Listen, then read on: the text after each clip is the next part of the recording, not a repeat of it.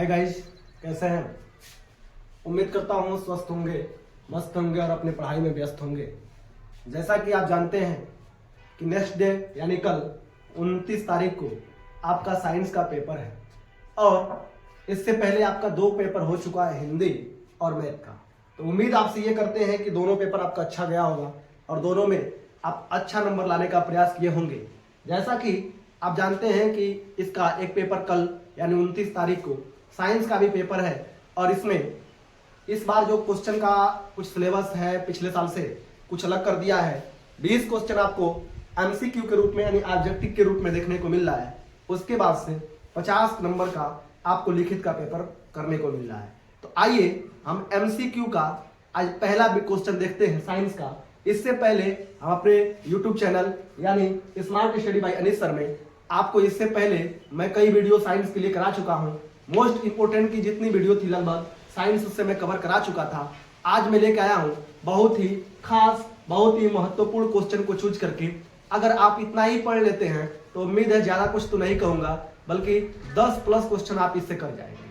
तो आइए पहला क्वेश्चन देखते हैं कि प्रकाश के परावर्तन के नियम सदैव सत्य होते हैं। यानी पहला क्वेश्चन है कि प्रकाश के परावर्तन के नियम सदैव सत्य होते हैं। तो किससे होते हैं? केवल अवतल दर्पण के लिए। क्या केवल अवतल दर्पण के लिए प्रकाश के नियम सदैव सत्य होगा? तो नहीं होगा। केवल उत्तर दर्पण के लिए? क्या उत्तल दर्पण के लिए सही होगा? तो ये भी गलत है। केवल समतल दर्पण के लिए? तो समतल दर्पण के लिए भी प्रकाश के परावर्तन का नियम सदैव सत्य नहीं होता है। तो इसमें राइट आंसर होगा डी, और ये है इनमें से कोई नहीं, इनमें से सभी। तो जैसा कि आपने देखा प्रकाश के परावर्तन के लिए सदैव सत्य होते हैं क्या? इनमें से सभी, ये आपका राइट आंसर है। आइए अगला नेक्स्ट क्वेश्चन देखते हैं। दूसरा क्वेश्चन, किसी वस्तु का आवर्धित काल्पनिक प्रतिबिंब बन सकता है। यानी क्या क्वेश्चन है? किसी वस्तु का आवर्धित काल्पनिक प्रतिबिंब कब बन सकता है? तो इसमें देखना है उत्तल लेंस के द्वारा, उसके बाद से उत्तल दर्पण द्वारा, अवतल दर्पण द्वारा, या ए और सी दोनों। फिर देख के इसका आंसर देखते हैं। किसी वस्तु का आवर्धित काल्पनिक प्रतिबिंब बन सकता है उत्तल लेंस द्वारा, ये गलत है। अवतल दर्पण द्वारा, हाँ अवतल लेंस द्वारा हो सकता है, अवतल दर्पण द्वारा नहीं होगा। उत्तल दर्पण द्वारा तो बिल्कुल ए और सी इसमें दोनों सही है, यानी उत्तल लेंस और अवतल दर्पण द्वारा, यानी इसका आंसर होगा सही आपका ए और सी दोनों सही होगा। आइए अब तीसरे क्वेश्चन पे चलते हैं। तो जैसा आपने 2 क्वेश्चन देख लिया था, अब हम तीसरा क्वेश्चन देखते हैं। और तीसरा क्वेश्चन हमारा ये है कि अत्यधिक उच्च प्रतिरोध वाला पदार्थ कहलाता है। यानी अत्यधिक हाई प्रतिरोध वाला पदार्थ क्या कहलाएगा? तो चालक कहलाएगा, या अर्धचालक कहलाएगा, या अति चालक कहलाएगा, या विद्युत रोधी कहलाएगा। क्या कहलाएगा? तो इसमें जब अत्यधिक उच्च प्रतिरोध वाला पदार्थ होगा तो न चालक कहलाएगा, न अति चालक कहलाएगा, न अर्धचालक कहलाएगा। इसका आंसर होगा डी इसका राइट आंसर होगा, यानी विद्युत प्रतिरोधी कहलाएगा। क्या कहलाएगा? विद्युत रोधी कहलाएगा। इसको विद्युत प्रतिरोधी भी कर सकते हैं। अगला क्वेश्चन देखेंगे चौथा, कि विद्युत शक्ति की इकाई है। विद्युत शक्ति की इकाई है, वोल्ट है कि वाट है कि जूल है कि कूलाम है। यानी विद्युत शक्ति की इकाई इसमें क्या है? तो वोल्ट भी नहीं होगा, जूल भी नहीं होगा और कूलाम भी नहीं होगा। इसका आंसर होगा क्या? वाट। क्या आंसर होगा? वाट, यानी बी इज राइट आंसर। अगला इसका नेक्स्ट क्वेश्चन देखेंगे कि किसी विद्युत केतली में प्रवाहित धारा 3 गुनी कर देने पर, यानी किसी विद्युत केतली में प्रवाहित धारा कितनी गुनी करने पर? 3 गुनी कर देने पर केतली में उत्पन्न उष्मा की मात्रा हो जाएगी। कोई विद्युत केतली है, इसकी प्रवाहित धारा कितनी गुनी करें? 3 गुनी करें। 3 गुनी करने पर पूछ रहा है कि केतली में उत्पन्न उष्मा की मात्रा कितनी गुनी हो जाएगी? तो 4 गुनी, 9 गुनी, या 3 गुनी, या 12 गुनी। कितनी गुनी होगी? तो इसका फार्मूला होता है H बराबर I² RT, जिसमें RT क्या है? कांस्टेंट रहता है। उसके बाद से H बराबर I² और I यानी कि I धारा जो हो रही है कितनी गुनी है? तो 3 गुनी। तो H बराबर 3 का स्क्वायर, यानी कितनी गुनी? 9 गुनी। कितनी? 9, यानी बी इज राइट आंसर। अब एक चीज देखें कि अगर इसके स्थान पे, इसी क्वेश्चन के स्थान पे हमारा 3 गुनी की जगह पे 5 गुनी कर दे, 7 गुनी कर दे या 10 गुनी कर दे, तो उसका हम क्या करेंगे बच्चों, तो उसका हम स्क्वायर कर देंगे। h बराबर आई स्क्वायर आर टी स्थिरांक है, आई स्क्वायर है, यानी प्रवाहित धारा की स्क्वायर कर देंगे, जितना रहेगा उसका स्क्वायर करेंगे उतना हमारा आंसर आ जाएगा। तो जैसा आपने 5 क्वेश्चन देख लिया था, अब 6वें क्वेश्चन पे हम आते हैं और ये क्वेश्चन है कि एक व्यक्ति दूर स्थित, क्वेश्चन को देखेंगे कि एक व्यक्ति दूर स्थित वस्तुओं को अस्पष्ट रूप से देखने में असमर्थ है। यानी कोई व्यक्ति है और एक दूर स्थित वस्तु को देखने में क्या है, अस्पष्ट रूप से असमर्थ है। उसके नेत्र में कौन सा दोष है, दूर की रखी कोई चीज नहीं देख पा रहा है, यानी क्या है, एक व्यक्ति दूर स्थित वस्तु को स्पष्ट रूप से देखने में असमर्थ है, तो उसके नेत्र में कौन सा दोष होगा। तो यहाँ पे देख रहे हैं कि एक व्यक्ति, यानी दीर्घ दृष्टि दोष तो होगा नहीं, जरा दृष्टि दोष होगा नहीं, इनमें से सभी तो होगा नहीं, यानी हमारा सही है C number, C is right answer, निकट दृष्टि दोष। अगला क्वेश्चन है कि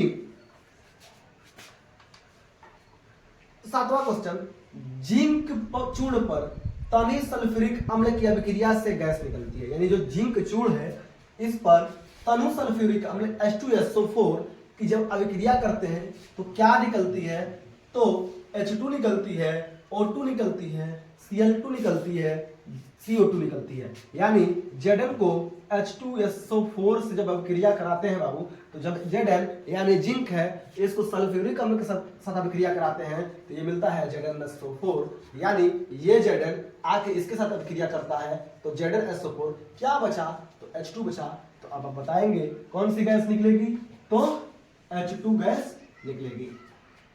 अगला क्वेश्चन देखेंगे 8वां कि एक अवतल दर्पण किसी वस्तु का वास्तविक उल्टा और अत्यधिक छोटा प्रतिबिंब बनाता है। तो एक जो अवतल दर्पण है ये किसी भी वस्तु का वास्तविक उल्टा और अत्यधिक छोटा प्रतिबिंब बनाता है, तो फोकस पे नहीं बनाएगा, ध्रुव और फोकस के बीच भी नहीं बनाएगा, वक्रता केंद्र पर नहीं बनाएगा, यानी ये बनाएगा, हमारा आंसर है डी इज राइट आंसर, यानी अनंत पर। जो डी है वो सही है अनंत पर। इस तरह हमारा 8 क्वेश्चन हो गया, इसमें हम देखेंगे 20 क्वेश्चन टोटल है। अब हम आते हैं 9वां क्वेश्चन पे, और 9वां क्वेश्चन है कार्बन को वायु में जलाने पर कार्बन डाइऑक्साइड गैस का बनना उदाहरण है। यानी कार्बन को जब वायु में जलाते हैं उस पर कार्बन डाइऑक्साइड गैस का बनना क्या है, संयोजन अभिक्रिया है या विस्थापन अभिक्रिया का उदाहरण है या द्विविस्थापन अभिक्रिया का उदाहरण है या वियोजन अभिक्रिया का उदाहरण है। तो आप बताएंगे तो देखेंगे संयोजन अभिक्रिया का उदाहरण है, विस्थापन अभिक्रिया का उदाहरण तो होगा नहीं, द्विविस्थापन अभिक्रिया का उदाहरण होगा नहीं, वियोजन अभिक्रिया का उदाहरण होगा नहीं, यानी हमारा सही है ए इज राइट आंसर, यानी संयोजन अभिक्रिया का उदाहरण है। अगला क्वेश्चन 10वां देखेंगे कि सामान्य तापक्रम तथा दाब में द्रव के रूप में पाई जाने वाली अधातु है। यानी जो सामान्य तापक्रम होगा तथा दाब में द्रव के रूप में पाई जाने वाली अधातु क्या होगी, बहुत ही सिंपल क्वेश्चन है। तो क्लोरीन तो होगा नहीं, फ्लोरीन होगा नहीं, आयोडीन नहीं होगा, तो बी इज राइट आंसर, यानी हमारा बी सही है। इसका नेक्स्ट क्वेश्चन 11वां देखेंगे, प्रोपेनोन में क्रियात्मक समूह है। यानी ये पूछ रहा है कि प्रोपेनोन में जो फंक्शनल ग्रुप जिसको Fg भी बोलते हैं, क्रियात्मक समूह क्या है, तो सिंगल बॉन्ड OH एल्कोहल का समूह है, सिंगल बॉन्ड COOH या double bond C double bond O या CHO। तो क्या आंसर होगा, तो पहला तो होगा नहीं। क्या पूछ रहा है, प्रोपेनोन पूछ रहा है, ये होगा नहीं, हमारा C इज राइट आंसर, यानी double bond C double bond O हमारा सही जवाब है। अगला संतृप्त हाइड्रोकार्बन के भाग होते हैं। तो हाइड्रोकार्बन के 2 भाग होते हैं, एक होता है संतृप्त, एक होता है असंतृप्त। संतृप्त हाइड्रोकार्बन का केवल एक भाग होता है जो होता है एल्केन, और असंतृप्त का 2 भाग होता है, एक होता है एल्कीन और एल्काइन। अब इसमें से क्वेश्चन बन के आया है कि संतृप्त हाइड्रोकार्बन के भाग होते हैं। तो हाइड्रोकार्बन के 2 भाग, हाइड्रोकार्बन के जब 2 भाग तो पहला संतृप्त दूसरा असंतृप्त। संतृप्त में क्या होता है, तो संतृप्त में एल्केन होता है, असंतृप्त में क्या होता है, तो एल्कीन और एल्काइन होता है। ये पूछा है संतृप्त हाइड्रोकार्बन का कितना भाग होता है, 1 2 3 4, यानी संतृप्त हाइड्रोकार्बन का केवल 1 भाग होता है। ए इज राइट आंसर, यानी एक क्या होता है, एक उसका नाम है एल्केन। क्या होता है, एल्केन। तो आपने 12 क्वेश्चन इससे पहले देख चुका था। अब हम 13वां क्वेश्चन लेके आए हैं कि कार्बन परमाणु की संयोजकता है। सबसे पहले ये जानते हैं कि संयोजकता क्या है। अगर पेपर में आ जाए संयोजकता क्या है तो हम क्या बताएंगे। तो संयोजकता किसी भी परमाणु की अगर बाहरी कक्षा में इलेक्ट्रॉनों की संख्या तो इससे करते हैं। जैसे अब कार्बन परमाणु की बात कहा है तो कार्बन कितने नंबर पे होता है, तो कार्बन का परमाणु क्रमांक 6 होता है। इसकी जब इसकी संख्या देखते हैं तो क्या होता है 2 और 4, यानी कार्बन का जब हमने ये देखा तो इसमें इसके बाहरी उपकोष में कितने इलेक्ट्रॉन हुए 4, तो यहां से आंसर देखते हैं कितना होगा 4। इसका मतलब ये बी इज राइट आंसर, हमारा बी जो है सही है 4। अगला क्वेश्चन, वह जैव प्रक्रम जिसके द्वारा हानिकारक पदार्थों का निष्कासन शरीर से होता है, यानी वह जैव प्रक्रम जिसके द्वारा हानिकारक पदार्थों का निष्कासन शरीर से होता है, तो जन्म से तो होता नहीं है, पाचन से तो होगा नहीं, परिसंचरण होगा नहीं, उत्सर्जन से होगा। उत्सर्जन किसे कहते हैं, तो शरीर में जो अपशिष्ट पदार्थ हैं उनको बाहर निकालने की प्रक्रिया को हम उत्सर्जन बोलते हैं। उत्सर्जन जो होता है वो शरीर से अपशिष्ट पदार्थों को बाहर निकालने का काम करता है, तो बी हमारा सही आंसर होगा, B is right answer.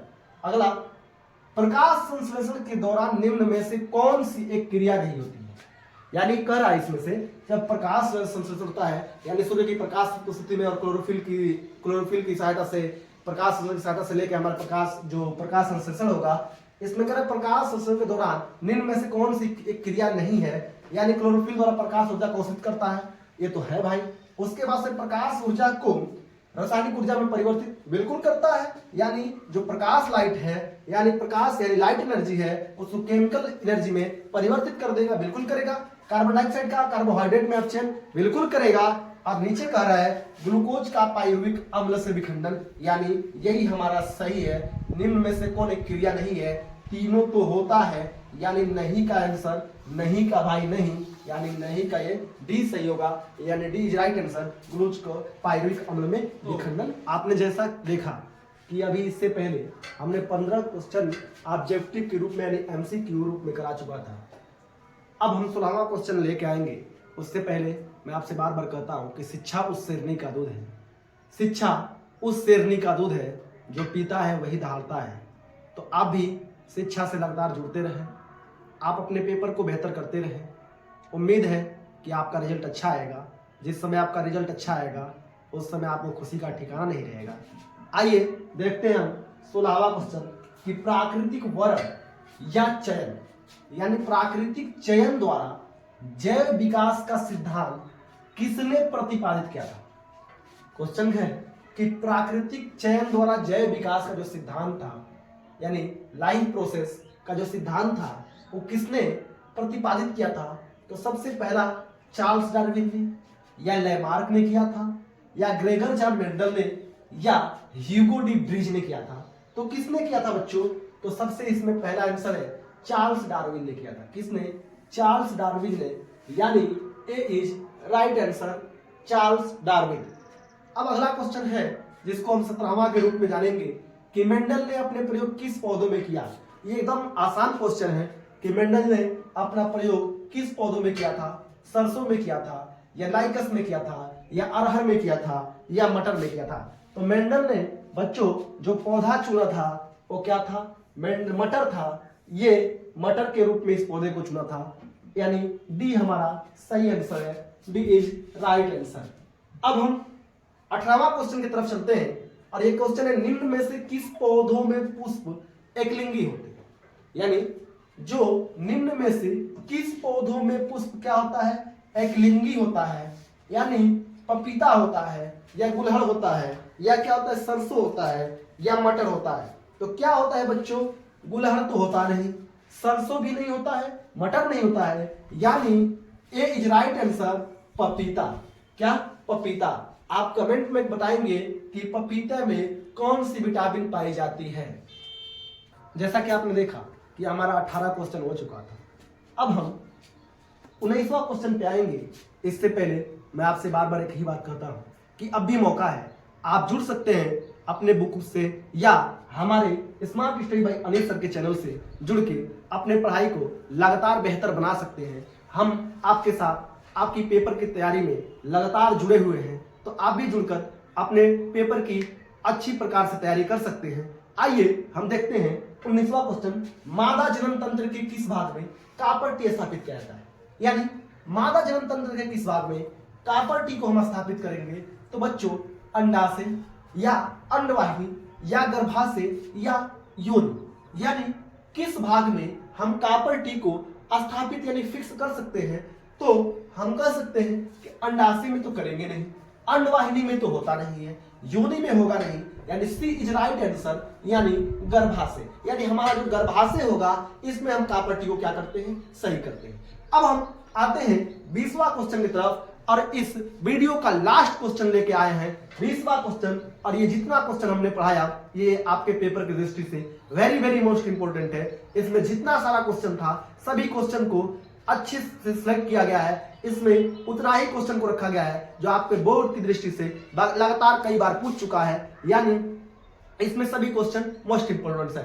Last में बस हम इतना कहना चाहते हैं कि खिले फूल जैसे वैसे लबों पे हंसी हो, खिले फूल जैसे वैसे लबों पे हंसी हो, ना कोई गम हो ना कोई बेबसी हो, और सलामत रहे आप लोगों के जिंदगी का सफर, जहां भी रहना बस खुशी ही खुशी हो, बस खुशी ही खुशी हो। अब आइए लास्ट क्वेश्चन की तरफ, और लास्ट क्वेश्चन यानी 20वां क्वेश्चन हमारा है, किण्वन के बारे में निम्न में से कौन सा कथन सत्य नहीं। यानी जो किण्वन होता है उसके बारे में कौन सा कथन सत्य नहीं है। तो यह ऑक्सीजन यानी ऑक्सीजन का अनुपस्थिति में होता है, यानी किण्वन क्या ऑक्सीजन की अनुपस्थिति में होता है, या यह प्रक्रम सामान्यतः ईस्ट में होता है। क्या यह ईस्ट में होता है? यह क्रिया माइक्रोकांड्रिया में संपन्न होती है, या इस क्रिया में पायरुविक अम्ल CO2 कार्बन डाइऑक्साइड इथेनॉल में परिवर्तित होता है। तो कौन सा आंसर है ये देखते हैं। यह ऑक्सीजन का अनुपस्थिति में होता है, यानी ये तो होगा नहीं। अब यह प्रक्रम सामान्यतः ईस्ट में होता है, यह भी नहीं होगा। इस क्रिया में पायरुविक अम्ल CO2 इथेनॉल में परिवर्तित, यह भी नहीं होगा। यानी हमारा आंसर होगा सी इज राइट आंसर, सी हमारा सही होगा। और ये क्या है, यह क्रिया माइटोकॉन्ड्रिया में संपन्न होता है, यह बिल्कुल सही जवाब है। अब ये क्या हुआ, हमारा सभी क्वेश्चन इसमें सिलेक्ट कर लिया गया था। अब इस पर हमारा वीडियो समाप्त होता है। इसको आप अच्छे से पढ़ के तैयारी कर ले। जय हिंद, जय भारत।